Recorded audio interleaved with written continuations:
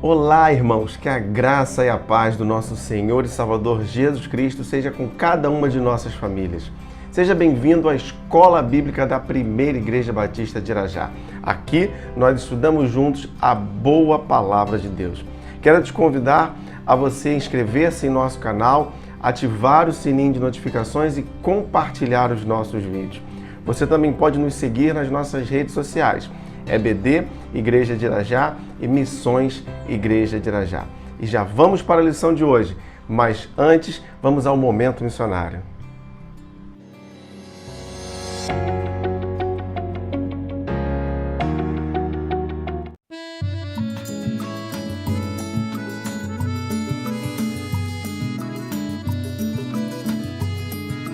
Nós estamos aqui em Bom Jesus de Alapa desde o ano 2015. Com a presença nossa aqui nesse lugar, a gente trouxe o Evangelho de Jesus para estas vidas que tem transformado bastante muitas pessoas nesse lugar. Por ser uma região muito seca, chove muito pouco aqui, então a gente se preocupou muito em trazer além do Evangelho que transforma as vidas, tentar trazer um pouco de dignidade para essas pessoas na parte de alimentação, que eu não tinha ideia de que o projeto Sertão seria na zona rural. Para mim era um projeto de plantação de igreja na cidade, então a minha chegada nesse lugar aqui também foi uma surpresa, de chegar aqui e ter um trabalho desse desenvolvido dessa forma aqui. Nunca imaginei que poderia estar num trabalho dessa forma.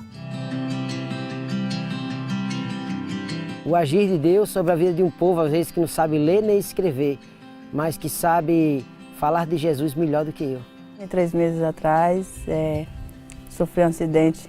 Eu, meu esposo e minha filha de 2 anos. Ele chegou a falecer e minha filha ficou na UTI, deu traumatismo, água no pulmão, ficou na UTI por 13 dias em Barreiras. Depois deu 5 paradas e Jesus salvou, me deu ela de volta. Ela estava ruim lá no UPA. Aí eu pedi o pastor para entrar, para orar por ela. E ela não estava conseguindo respirar, os médicos tentando reanimar ela, não conseguiu. O pastor começou a orar e ela respirou bem fundo e voltou de novo. A seca para eles aqui é comum, Eles já se acostumaram com esse estilo de vida, Essas dificuldades da seca aqui eles tiram aqui com a maior simplicidade do mundo. A partir do momento que eu conheci a palavra de Deus, a minha vida mudou bastante. Então eu louvo muito a Deus e agradeço a Ele pela oportunidade que Ele me deu de eu conhecer esse Deus tão maravilhoso na minha vida. Eu era muito nervosa, qualquer coisa eu pegava, qualquer confusãozinha, eu pegava coisa para arrumar dentro da minha família mesmo, dos meus filhos, ficava estressada, eu pegava, batia. Uma vez mesmo, pelo meu outro casamento, eu cheguei ao ponto de pegar até facão para poder cortar o meu marido. E nesse tempo eu não conhecia Cristo. A partir desse momento foi que eu conheci Cristo. Uma amiga minha que me convidou, porque tinha culto na casa dela, para mim ir até a casa dela. Só que eu falei com ela, eu vou lá, só que se eu não gostar eu não vou mais. E a partir desse momento que ela me convidou, eu fui. Aí desse dia para cá eu fui sempre indo na casa dela, tinha culto, aí eu estava indo para a casa dela. Aí a partir do momento, aí eu aceitei Jesus. Eu vivo em Cristo. Eu fico emocionada porque hoje, antes quem eu era, hoje eu sou líder dessa comunidade. Então eu fico muito satisfeita a Deus. A Jesus para mim é tudo na minha vida, é tudo.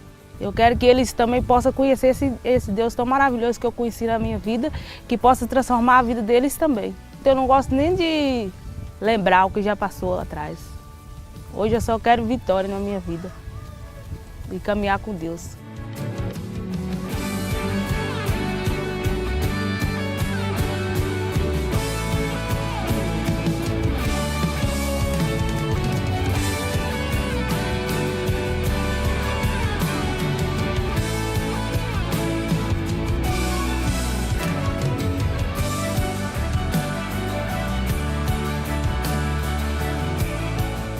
Nesse momento nós realizaremos o batismo nessa noite.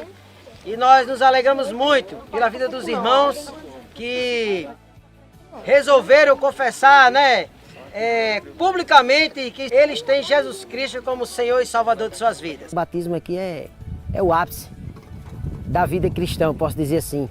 Para eles aqui é uma alegria eterna.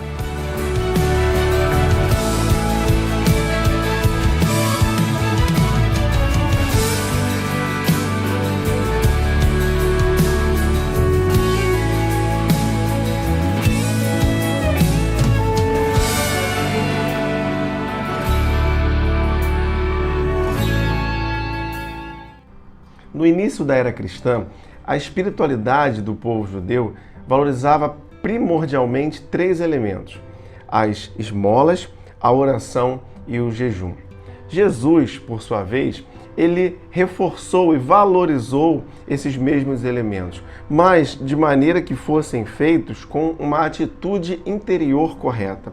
Não deveriam ser feitos de qualquer maneira, mas deveriam ser feitos de coração, com uma atitude interior adequada. Sobre a oração, então, nós vemos que Jesus ele vai nos ensinar o seguinte. No Evangelho de Mateus, capítulo 6, verso 6, diz assim o texto: "Mas quando você orar, vá para o seu quarto, feche a porta e ore a seu Pai que está no secreto.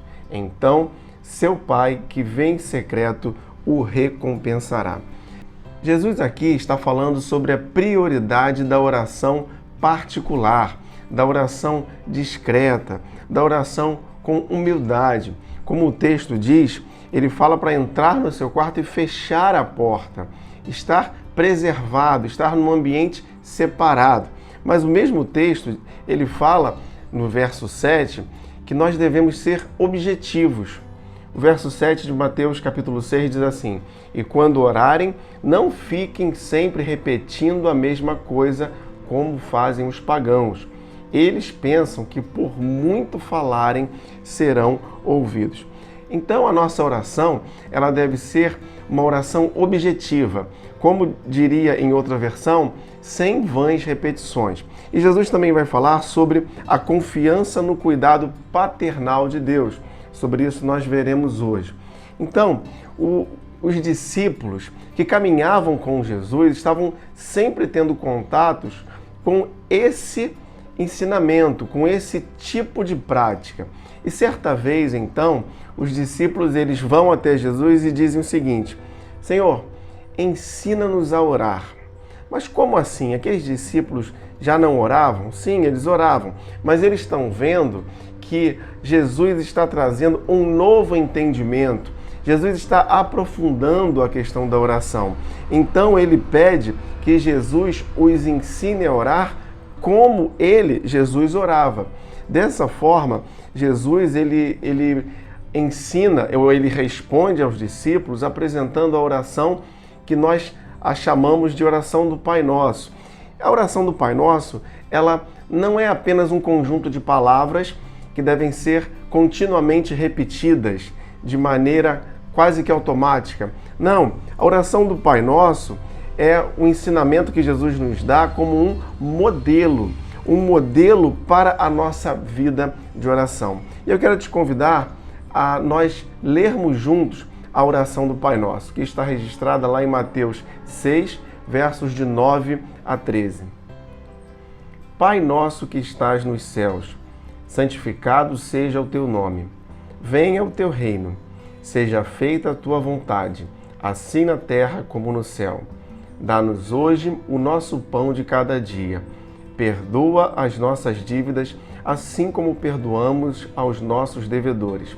E não nos deixes cair em tentação, mas livra-nos do mal, porque teu é o reino, o poder e a glória para sempre. Amém. Nossa lição de hoje está baseada na oração do Pai Nosso. O título desta lição é Pai Nosso, a oração que Jesus ensinou. Nós então vamos estar estudando esse modelo que o Senhor deixou para nós e aprendendo um pouco com aquilo que Jesus nos ensinou. Em primeiro lugar, nós vemos que Jesus nos ensina a recuperar a dimensão da paternidade de Deus e honrar o seu nome. O texto diz: Pai nosso que estás no céu, santificado seja o teu nome. Jesus ele está nos ensinando a chamarmos Deus de Pai. Ele está trazendo a dimensão da paternidade. Agora, nós precisamos perceber também que isso não é algo novo para aquele povo judeu. Nós vemos isso, por exemplo, em Isaías capítulo 63, verso 16. Entretanto, tu és o nosso Pai. Abraão não nos conhece e Israel nos ignora. Tu, Senhor, és o nosso Pai e desde a antiguidade te chamas nosso Redentor. Interessante que não apenas esse texto, mas diversos outros textos vão reforçar a ideia do Senhor como Pai, mesmo no Antigo Testamento, como eu disse. Porém, Jesus ele está ressignificando, porque ainda aqui no Antigo Testamento, a ideia de paternidade estava muito ligada ao povo. Agora, Jesus está trazendo o entendimento de uma paternidade mais próxima, mais pessoal, mais íntima. Então, quando Jesus se refere na oração como Pai Nosso, ou seja, ele está trazendo a figura da paternidade para um momento de intimidade com Deus. Ou seja, Deus é o nosso Pai. E isso implica, então, que todos nós podemos nos aproximar dele confiantes no seu cuidado e no seu amor. Agora, nós precisamos também ter em mente o seguinte: para algumas pessoas, o conceito de pai é um conceito um pouco dificultado. Jesus está ensinando também que Deus é o modelo de pai perfeito. Deus é o modelo de um pai amoroso e cuidadoso. Por isso, é possível sim ter uma relação íntima e afetuosa. E então nós devemos honrá-lo. O texto diz: santificado seja o teu nome. Isso mostra que nós devemos honrar o Senhor, mas também ter reverência pelo nome de Deus. Jesus está nos ensinando aqui que devemos iniciar as nossas orações motivados por amor e senso de temor. Outra lição que aprendemos com a oração do Pai Nosso é que Jesus nos ensina que a vida da maneira como nós a vivemos ainda não reflete a expressão mais profunda da vontade de Deus. O texto nos diz: venha o teu reino, seja feita a tua vontade, assim na terra como no céu. Jesus está nos ensinando a orarmos pela consumação do reino, a orarmos pela vontade de Deus aqui na terra. Mas como assim? O mundo que vivemos hoje é um mundo injusto, violento, é um mundo onde muita coisa não faz sentido. Mas esse não é o padrão do Senhor, esse não é o padrão do céu. Essa desarmonia sobre a qual nós estamos, ela é deste mundo.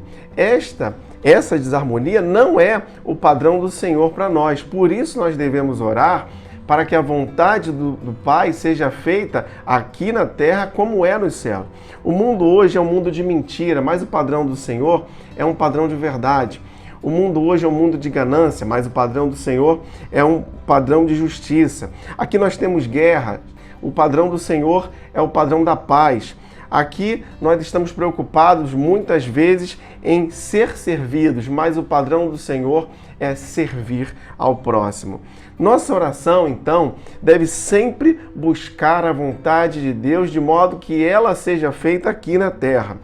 Nós temos ainda um problema, porque muitas pessoas entendem que o Senhor é responsabilizado por todas as situações ruins que ocorrem aqui. Se uma criança morre, se alguém é acometido por uma grave enfermidade, vem a óbito, e as pessoas tentam culpar o Senhor por conta disso, e todas as outras coisas como violências, injustiças, e dessa forma elas não creem porque o Senhor ele seria o responsável por esse caos que o mundo se encontra. Isso não é uma verdade. Deus, ele não é o responsável por esse caos em última instância. Mas nós devemos perceber que o próprio Jesus, quando lá no Evangelho de Lucas, capítulo 19, 41, quando ele está se aproximando de Jerusalém, diz o texto: quando se aproximou e viu a cidade, Jesus chorou sobre ela. o Senhor ele não concorda com tudo isso que está acontecendo. Jesus aqui chora ao ver toda aquela situação ruim que estava ali sobre Jerusalém e sobre o que aconteceria com ela. Mas o Senhor não concorda, como eu disse, só que tudo isso que nós vivemos é fruto do pecado, é fruto da ausência da vontade do Senhor. Por isso, a oração do Pai Nosso está nos incentivando a orarmos pela vontade do Senhor feita aqui na terra. Então ela nos chama, a oração do Pai Nosso nos chama a uma atitude ativa, a uma atitude de oração firme diante de todo esse caos do mundo em que vivemos. Nós somos chamados então a orar de maneira que a nossa vida possa refletir a profunda vontade de Deus. Outra lição que aprendemos com a oração do Pai Nosso é que Jesus nos ensina a confiar em Deus para suprir nossa vida. O texto diz: o pão nosso de cada dia nos dá hoje. Pão aqui não significa apenas o alimento material, mas ele é uma metáfora para tudo que nós precisamos. Todas as áreas que nós temos alguma necessidade de provisão. Saúde, afeto, trabalho, dignidade, sustento espiritual. Jesus está sendo abrangente, está nos ensinando a orarmos pela provisão do Senhor para as nossas vidas. Se fôssemos olhar para esse texto em uma versão mais próxima do original, o texto nos diria o seguinte: dá-nos hoje o nosso pão de amanhã. Aqui há uma referência ao maná. O maná era a provisão diária que o povo de Israel recebia quando da caminhada do Êxodo. Eles não deveriam guardar o maná. O maná era apenas para aquele dia. Apenas na sexta-feira eles guardavam o maná para o final de semana. Então, Jesus nos ensina a orar confiando em Deus, que a provisão para amanhã já está garantida para nós hoje. Se a provisão para amanhã já está garantida hoje, então nós não devemos andar ansiosos. É isso que Jesus está nos ensinando nesse ponto da oração. Irmãos, hoje nós começamos a conversar sobre a oração que Jesus nos ensinou. E nós vimos que aprender a orar com Jesus significa aprender a conhecer mais o Senhor Deus e a honrar o seu nome. Vimos também que aprender a orar com Jesus é nos comprometer para que a vontade de Deus seja feita em nossa vida e por intermédio de nós. E vimos ainda que aprender a orar com Jesus é aprender a deixar de andar ansioso e agradecer antecipadamente pela provisão de Deus para a nossa vida. Se o Senhor nos permitir, na próxima lição continuaremos estudando a oração que Jesus nos ensinou. E eu quero te convidar a nós orarmos nesse momento. Vamos falar com Deus. Feche seus olhos.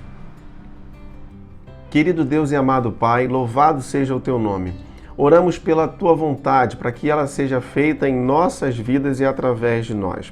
Oramos pela provisão diária, em todas as áreas onde nós temos alguma necessidade.